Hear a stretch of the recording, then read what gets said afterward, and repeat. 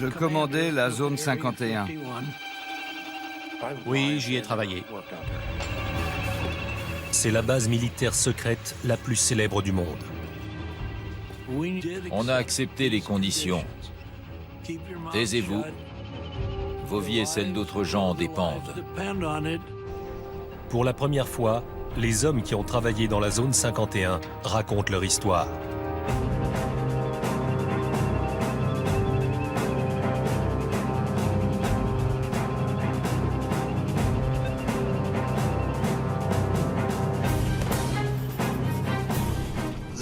Il y a eu beaucoup de désinformation, mais elle a été alimentée par la curiosité naturelle des gens.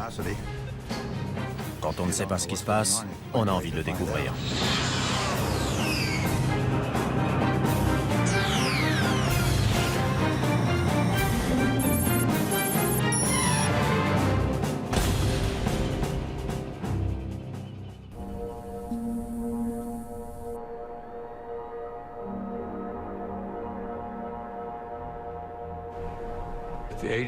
La CIA n'a jamais admis et n'admettra jamais que la zone 51 existe.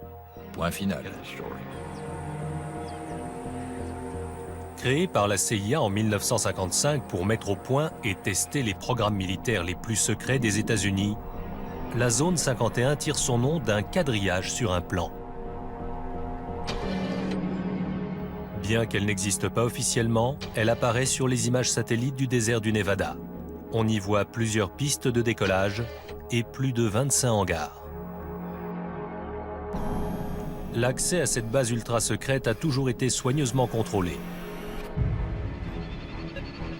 Mais aujourd'hui, les premiers programmes élaborés dans la zone 51 sont déclassifiés et les souvenirs ont le droit d'être évoqués.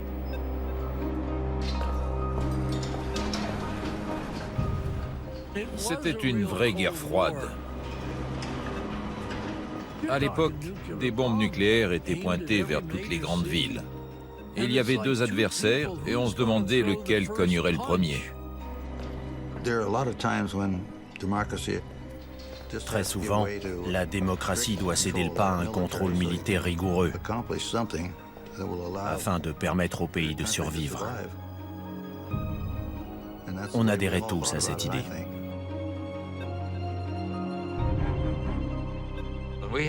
Dans les réunions, on n'avait le droit d'avoir ni papier ni crayon. Même les pilotes ne discutaient pas entre eux. Rien n'était écrit. On avait tout en tête. En intégrant le programme, on recevait un nom de code. Mon prénom, c'est Ken. Mon nom de famille commence par C, Collins. Et mon nom de code a été Colmar, C-O-L-M-A-R. Moi, je ne suis pas du genre curieux. Ça tombait bien en ce qui concernait la partie secrète. Quand je n'ai pas besoin de savoir, je ne pose pas de questions. On m'a expliqué que ça n'était pas la peine d'essayer de découvrir mon niveau d'habilitation, parce que je l'avais reçu des cercles les plus élevés de Washington. Ils avaient les moyens de savoir ce que je faisais, ce que je disais, où j'allais.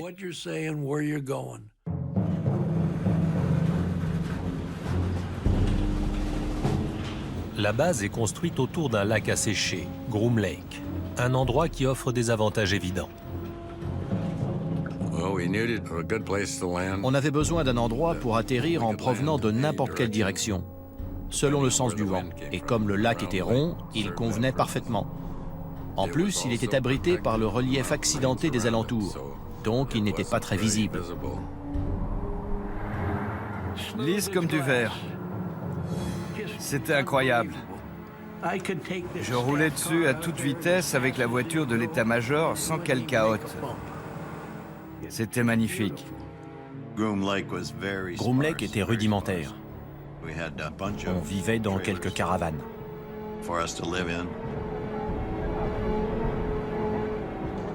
Il y avait un bâtiment polyvalent où on mangeait. Et il n'y avait ni télévision, ni radio.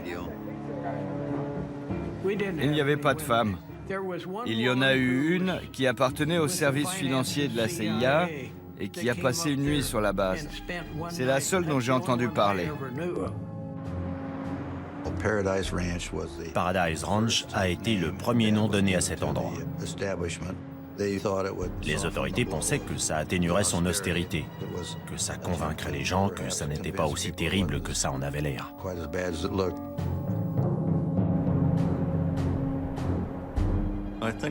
Son charme tenait au fait qu'on n'y allait que pour travailler. Ceux qui n'avaient rien à y faire n'y étaient pas envoyés. Et il n'en avait d'ailleurs sûrement pas envie, parce que ça n'était pas le coin idéal pour des vacances. C'était une affectation dure. La CIA a besoin d'hommes d'une trempe particulière. On faisait un filtrage pour avoir des soldats discrets. La sécurité a éliminé un grand nombre de gens qui étaient un peu frimeurs. J'allais recevoir ma première habilitation et je suis allé au cinéma pendant que ma femme allait faire des courses avec ma mère. En plein milieu du film, une femme est arrivée, jeune, à peu près mon âge. Elle m'a demandé si j'habitais à Las Vegas, depuis combien de temps j'y étais, ce que je faisais comme métier. Mais mes réponses ne lui ont pas plu, et au bout d'une demi-heure, elle est partie. Souvent, je me suis demandé depuis combien de temps elle me suivait, même si elle me suivait. Ou si c'était juste une fille de Las Vegas à la recherche d'un micheton. Je ne le saurais jamais.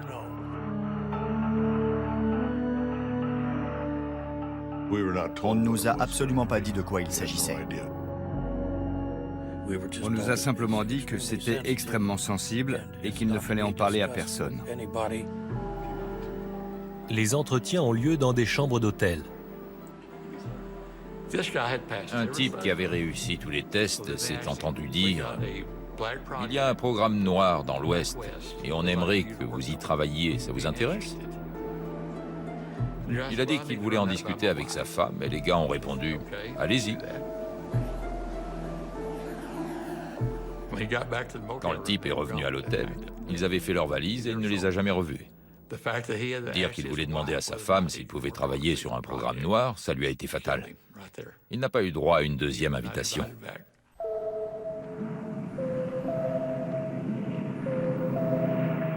La zone 51 est créée pour un programme classé top secret, nom de code Aquaton.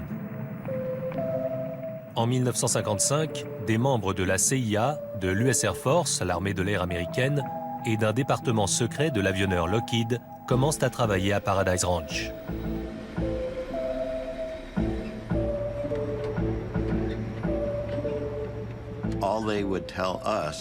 On nous disait simplement qu'on se portait volontaire, sans savoir de quoi il retournait.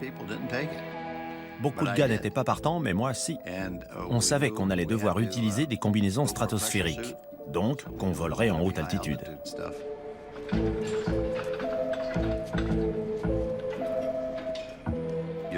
Sans pressurisation, au-delà de 50 000 pieds, le sang se met à bouillir.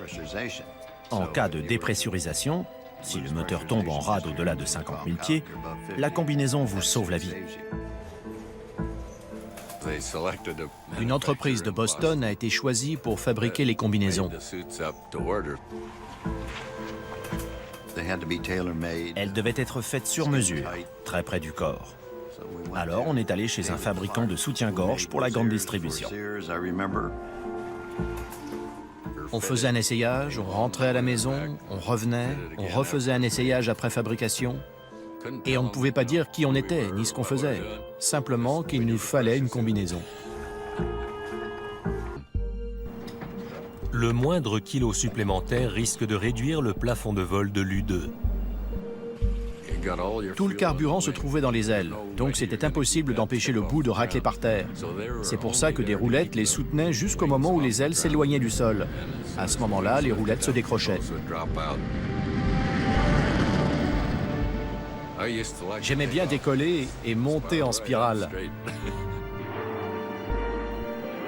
L'U-2 a une couverture. Officiellement, il s'agit de recherche météorologique. C'était notre couverture. On était un escadron de reconnaissance météo. Si ça n'était pas un avion conventionnel, alors qu'est-ce que c'était? Bien que volant 3 fois plus haut que les avions de ligne de l'époque, l'U-2 est parfois repéré. J'en suis pas sûr, mais je crois que j'ai vu le soleil briller sur une vitre ou sur des hublots d'observation. Au milieu des années 1950, au moment où la guerre froide et la passion des Américains pour les ovnis battent leur plein, Je crois que ça venait de l'espace, mais que c'était amical. les avions argentés sèment parfois la confusion. Ils étaient en aluminium pur et ils avaient l'allure d'une étoile brillante au firmament. Les pilotes ont ordre de tout nier, même auprès des contrôleurs aériens. Des histoires couraient au sujet de trucs qui volaient en altitude. Les contrôleurs appelaient, mais en vain. Ils ne recevaient que des explications évasives. Je rasais la frontière canadienne quand un contrôleur m'a interrogé sur mon altitude. Ses renseignements étaient très précis, mais je lui ai répondu « Non, faites réviser votre matériel. Ce n'est pas mon altitude. » En 1957, ces vols officieux sont à l'origine de la moitié des observations de soi-disant ovnis. Mais ça n'est rien comparé à ce qui s'annonce.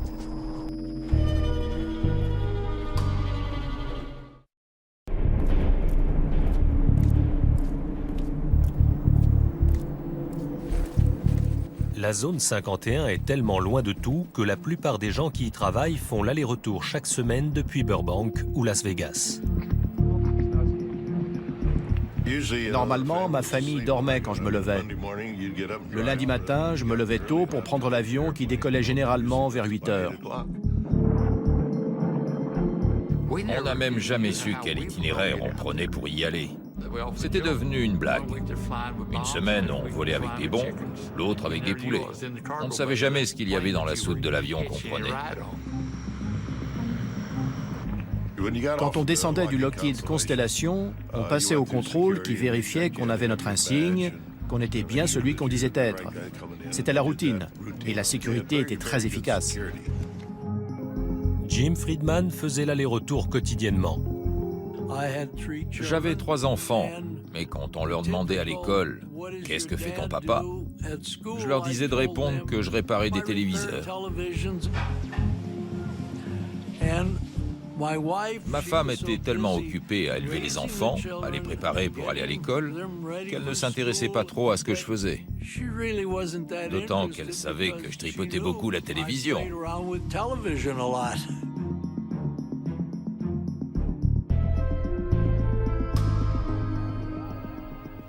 C'était bien, on a eu une belle vie. Même si parfois il ne rentrait pas à la maison pendant une semaine. Par contre, il téléphonait et je disais aux enfants que leur père faisait des heures supplémentaires.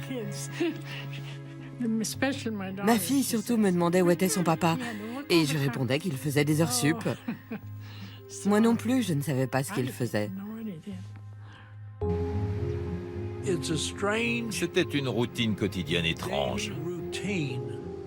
Quand je rentrais le soir et que ma femme me demandait comment s'était passée la journée, je répondais sans me mouiller. Pas mal, j'ai réparé quelques télés. Évidemment, je ne pouvais pas lui dire « Oh chérie, on vient de réduire la surface équivalent radar de l'avion le plus secret du monde à la taille d'un derrière de moucheron. » Bah voyons. Bon, qu'est-ce que tu as fait aujourd'hui? Rien. Impossible d'en parler. Faisons face sans paniquer à la réalité de notre époque, au fait que des bombes atomiques puissent tomber sur nos villes. Cette obsession du secret est alimentée par la paranoïa de la guerre froide et la peur omniprésente que l'Union soviétique détruise les États-Unis. Les deux camps se soupçonnaient mutuellement. Ils avaient peur d'être balayés par une première frappe nucléaire. On ne fait confiance à personne, pas même aux pilotes d'essai.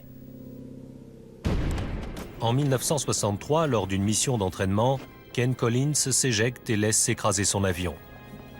Environ une semaine après, on m'a demandé si j'étais d'accord pour être hypnotisé. pour découvrir si j'avais oublié quelque chose. J'ai accepté, et s'est alors présenté ce que j'appellerais un psy de haut vol de Boston.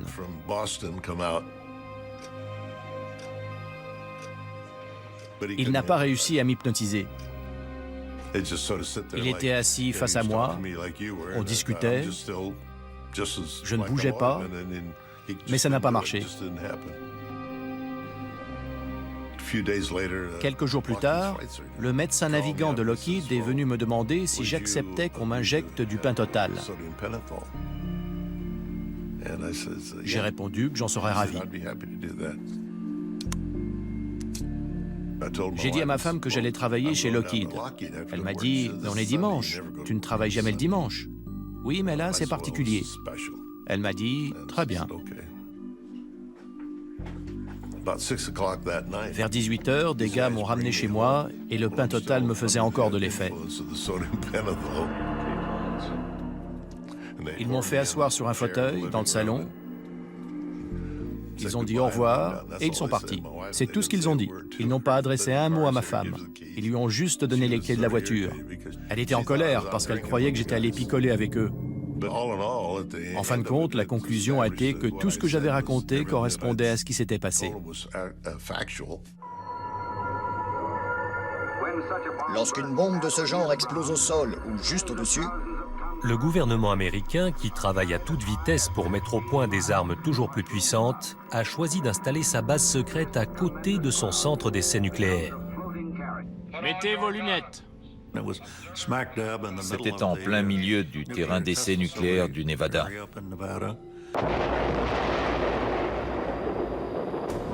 Personne n'avait envie d'y aller.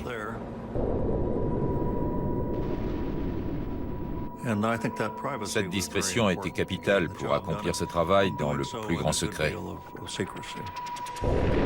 Mais comme plus de 450 explosions nucléaires ont lieu entre 1955 et 1968, l'endroit présente quelques défauts.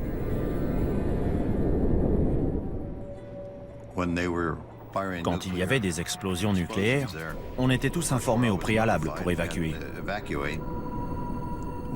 Une fois, ça a duré presque 2 semaines à cause de problèmes météo, de vent principalement. Il fallait qu'on porte des dosimètres pour être sûr qu'on était encore propre.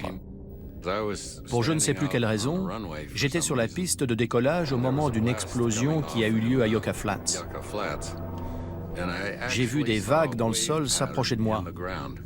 Ça montait, ça descendait, ça montait, ça descendait. C'était une explosion souterraine. C'était incroyable de voir ces grands cercles de terrain s'enfoncer.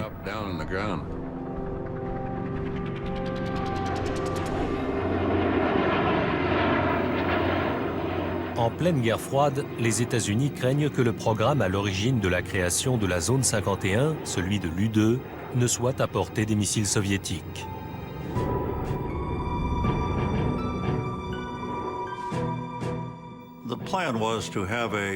L'objectif, c'était de mettre au point un avion habité pour succéder à l'U-2, qui devait être bien moins vulnérable et bien plus performant. Très peu de gens à la CIA étaient au courant.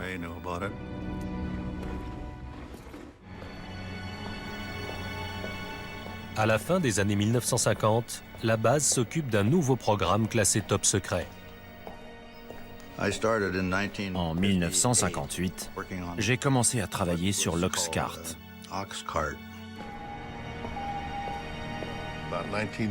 En 1960, on m'a informé que j'avais été sélectionné pour une espèce de programme aérospatial. Il s'agissait d'un avion qu'on a proposé à la CIA, qui devait voler à très haute altitude, environ 100 000 pieds. L'objectif initial, c'était de lui permettre d'aller aussi vite et aussi haut que possible et de le rendre le moins visible possible au radar. On allait tellement vite que si on était en Californie, qu'on volait nord-sud et qu'on faisait un virage à pleine vitesse à une certaine altitude, on n'arrivait pas à rester au-dessus de cet état. L'avion volait si vite qu'il nous déportait.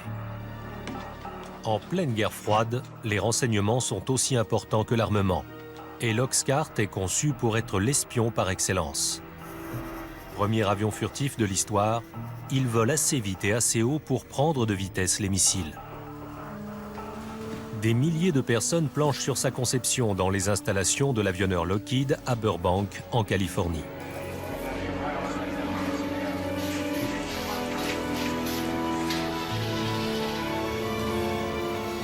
Malgré l'ampleur de la tâche, le programme reste secret.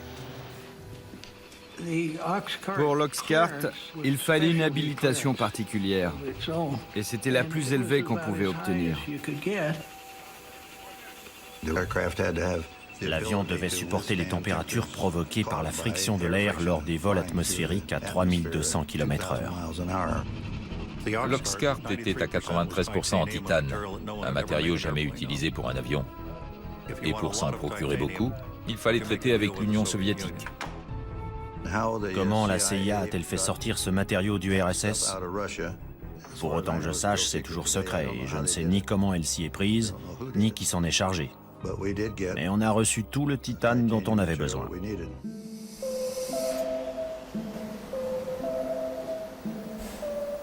Une fois prêt, le prototype doit être acheminé de la chaîne d'assemblage californienne à la zone 51.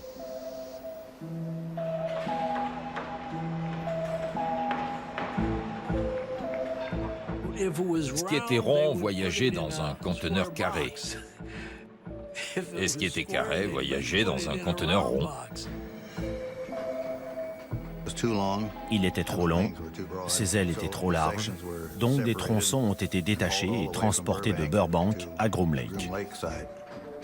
Comme on n'avait pas envie d'envoyer un convoi exceptionnel très large sur une route fréquentée, on faisait ça en toute discrétion, quand il n'y avait personne.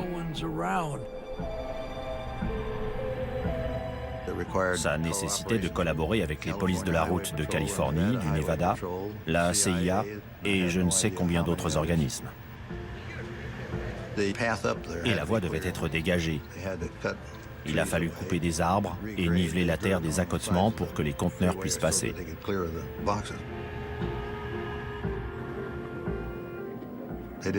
Tous ces gens n'avaient pas besoin de savoir ce qu'il y avait dedans, simplement qu'il fallait les protéger et que tout reste secret. Le convoyage jusqu'aux installations de Groom Lake a été une entreprise énorme.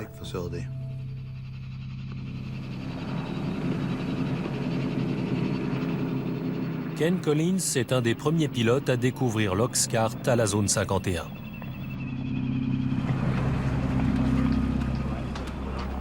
Je suis allé jusqu'à la base et l'officier opération m'a demandé si je voulais voir ce que j'allais piloter. J'ai dit bien sûr. On est allé jusqu'à un hangar. Il y avait très peu de lumière. Dans l'ombre, on voyait cet avion effilé, magnifique, étonnant, qui faisait penser à un vaisseau spatial. Dans la zone 51, près de 2000 ouvriers s'efforcent de mener à terme le programme noir. Il y a beaucoup de choses que les gens n'ont vraiment pas besoin de savoir. C'est pour ça que la zone 51 est devenue si mythique. Personne ne sait ce qui s'y passait.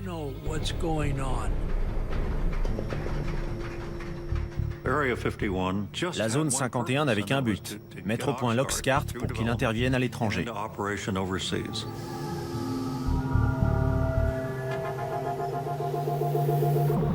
L'essentiel des renseignements concernant ce programme sont restés classifiés pendant des décennies. Et on connaît mieux son célèbre successeur, l'emblématique SR-71 Blackbird. Mais aujourd'hui, on commence à en savoir un peu plus sur l'Oxcart.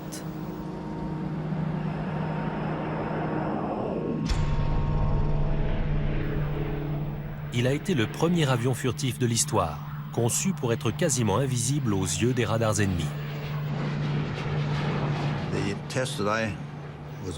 Les essais auxquels j'ai participé consistaient à survoler nos stations radars. On voulait voir si l'avion allait être ou non repéré.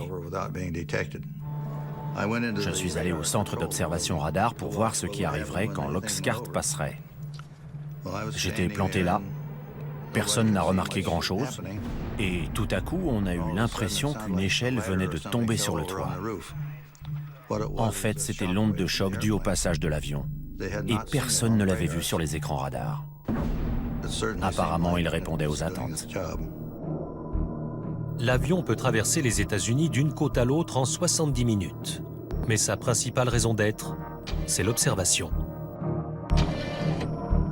Ces clichés, pris au-dessus de la Corée du Nord, ont récemment été diffusés pour la première fois par la CIA. Ils soulignent la capacité exceptionnelle de l'Oxcart à photographier des zones au sol depuis une altitude de 27 000 mètres, en volant à 3500 km/h. La caméra qui équipait cet avion, qui volait à Mach 3, avait une résolution de 30 cm.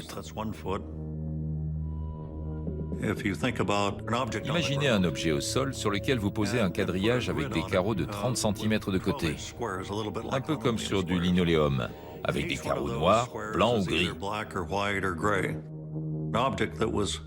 Un objet de 30 cm de côté était reconnaissable, même si on ne voyait pas sa structure interne. Mais en photo, un char d'assaut couvrait des centaines de carreaux, et il était facile à identifier. Mais au plus fort de la guerre froide, les hommes de la zone 51 ne sont pas les seuls à disposer de caméras efficaces. Les soviétiques avaient entre 4 et 6 poubelles, comme on les appelait.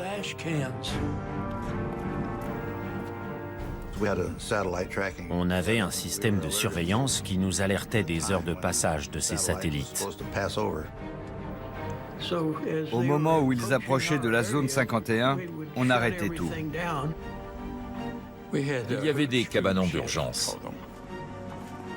Si un avion était à l'extérieur au moment où un satellite franchissait la ligne d'horizon, on filait se réfugier à l'intérieur.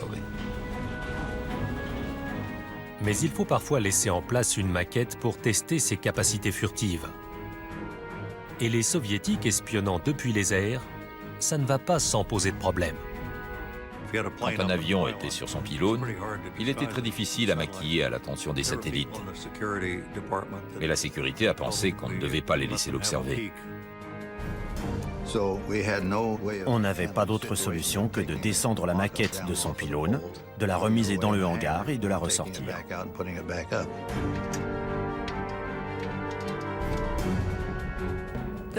Ça rendait la tâche très difficile.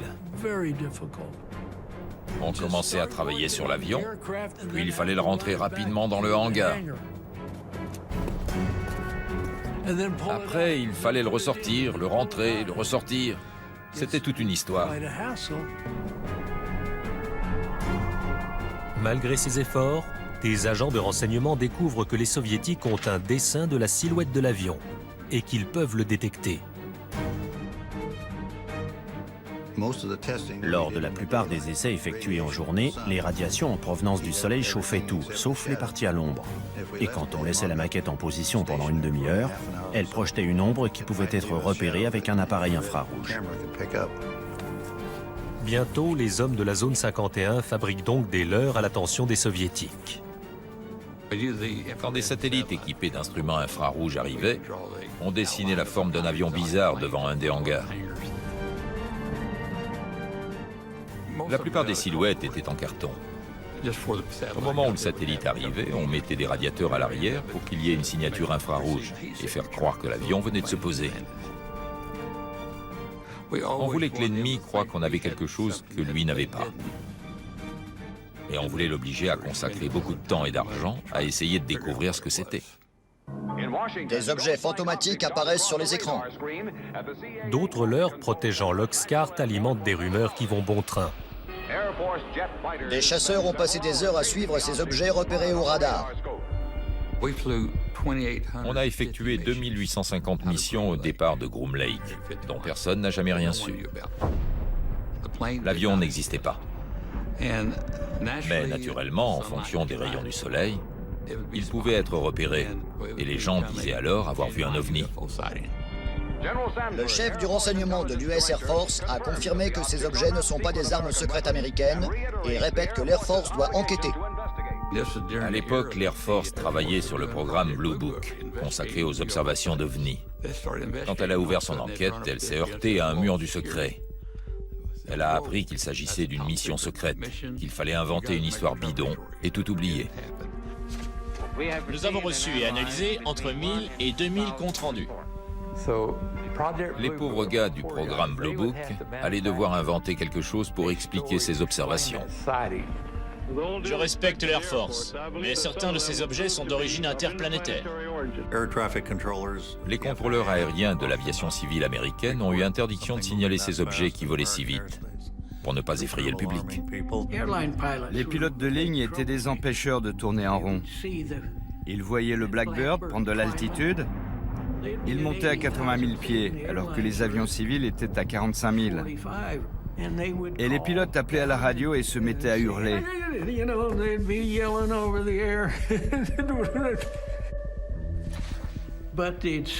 Mais ils le repéraient. Et les passagers le repéraient aussi. Donc le FBI allait les trouver là où ils avaient atterri. Et on leur faisait signer une déclaration les obligeant à ne pas révéler ce qu'ils avaient vu. Mais quand les événements tournent au drame à la zone 51, la machine à désinformer passe la vitesse supérieure.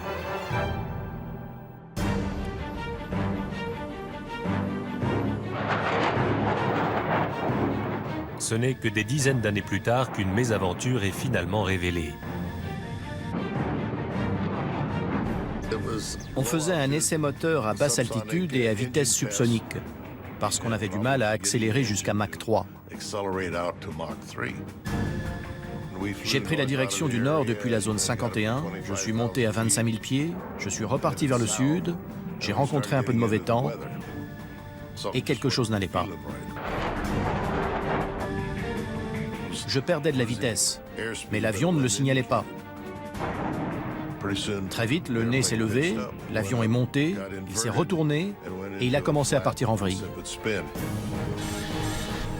C'était fichu. Je me suis éjecté et je suis parti vers le bas, puisque je volais à l'envers. Ken a pris la bonne décision.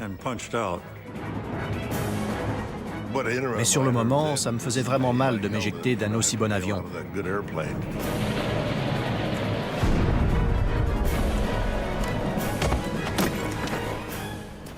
Il a fini près de Wendover, dans l'Utah. Une fois au sol, j'ai récupéré ma voile. Je me doutais que j'en aurais besoin. J'allais devoir passer la nuit dehors et elle me servirait de sac de couchage.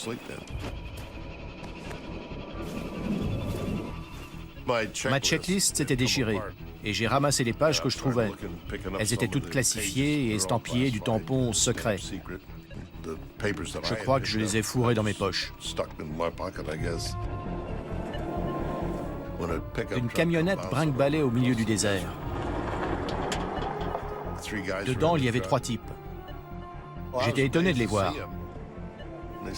Ils m'ont dit de monter, qu'ils allaient me ramener à mon avion. Mais j'ai répondu non, parce que c'était un F-105, c'était notre histoire, avec une arme nucléaire à bord. Ils m'ont dit, vous feriez mieux de monter alors, on va pas traîner ici. J'ai grimpé à l'avant et on s'est entassé à 4.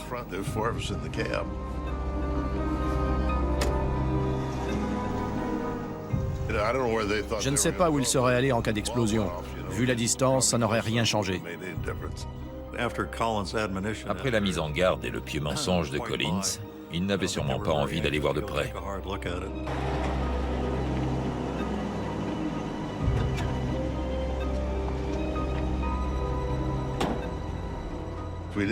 On avait un numéro de téléphone d'urgence.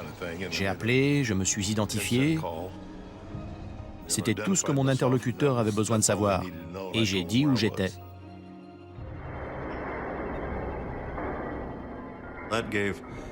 La CIA a eu 2 jours pour récupérer les morceaux de l'épave et tout nettoyer. Sinon, ça aurait viré à la kermesse.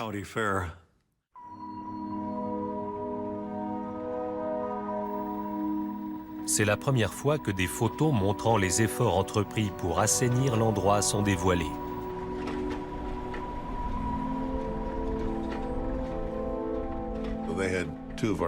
Deux types de la sécurité sont allés sur place. Ils ont sillonné tout le coin à cheval pour vérifier que rien de classifié n'avait été oublié. Entre la version officielle et l'isolement du lieu de l'accident, le nettoyage permet de garder secret l'emplacement du crash. Ça a été décrit comme un accident de F-105. Des avions s'écrasent tout le temps à proximité des bases aériennes. Et l'histoire a été oubliée. Une cinquantaine d'années plus tard, l'historien Peter Merlin a découvert le lieu de l'accident que le gouvernement a essayé de faire oublier. On arrive au champ de débris.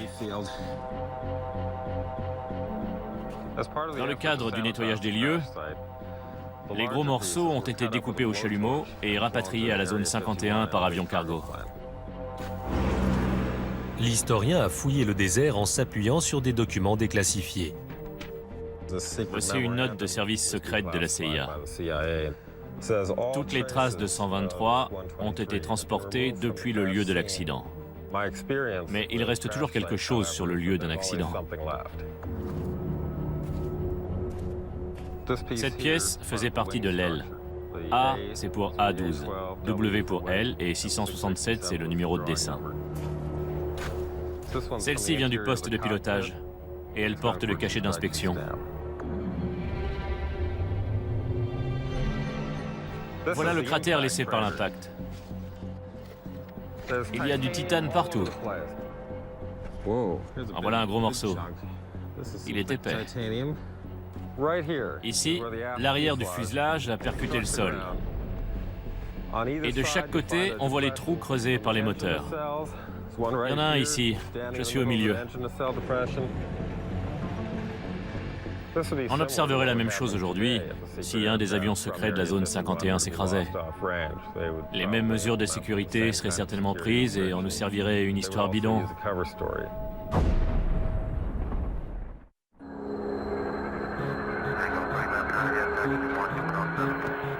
Aéroport McCarran, Las Vegas, de nos jours. Un hangar privé pour avions banalisés.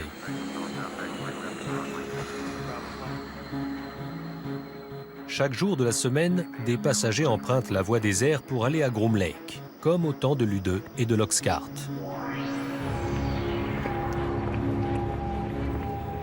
Depuis cette époque, la zone 51 est devenue le siège permanent des programmes noirs. Si on reprend toutes les archives, on constate qu'il n'y a jamais eu de vol à Groom Lake. Il ne faut pas se fier aux apparences.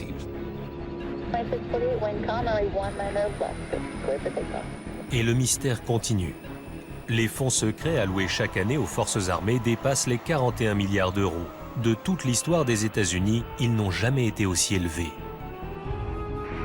Même ceux qui jadis ont tant sacrifié pour la zone 51 ignorent tout de ce qui s'y trame aujourd'hui.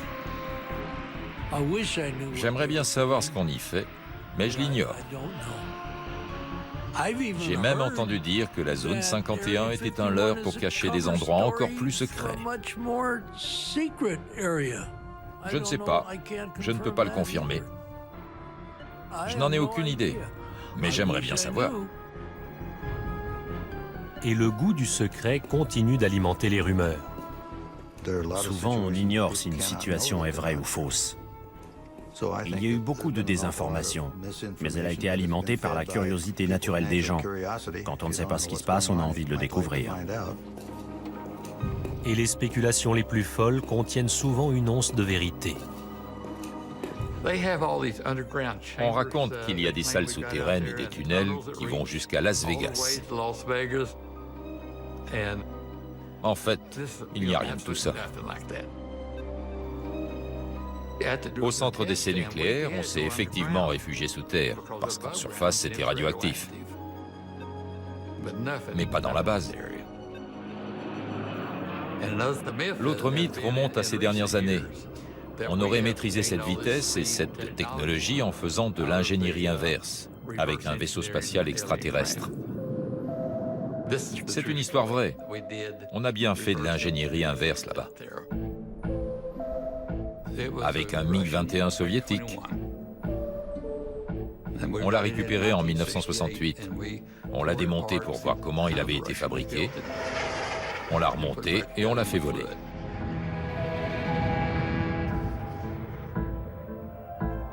Même la théorie du complot qui prétend que l'alunissage a été tourné dans la zone 51 repose sur quelques faits avérés.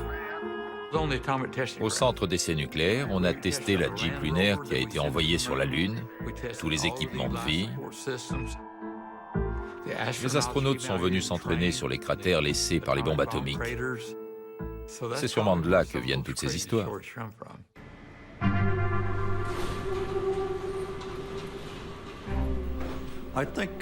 Les gens qui se sont investis dans les programmes Oxcart ou U-2 ont accepté le fait qu'ils ne seraient peut-être jamais rendus publics. Pour eux, c'était une espèce de secret de famille, et ils étaient prêts à l'emporter dans leur tombe. Ça a été un grand honneur pour moi d'accomplir ce travail, parce que ça veut dire qu'on m'a vraiment fait confiance, alors que je n'étais qu'un gamin de la campagne. On a fait confiance à des gens comme moi qui ont travaillé là-bas.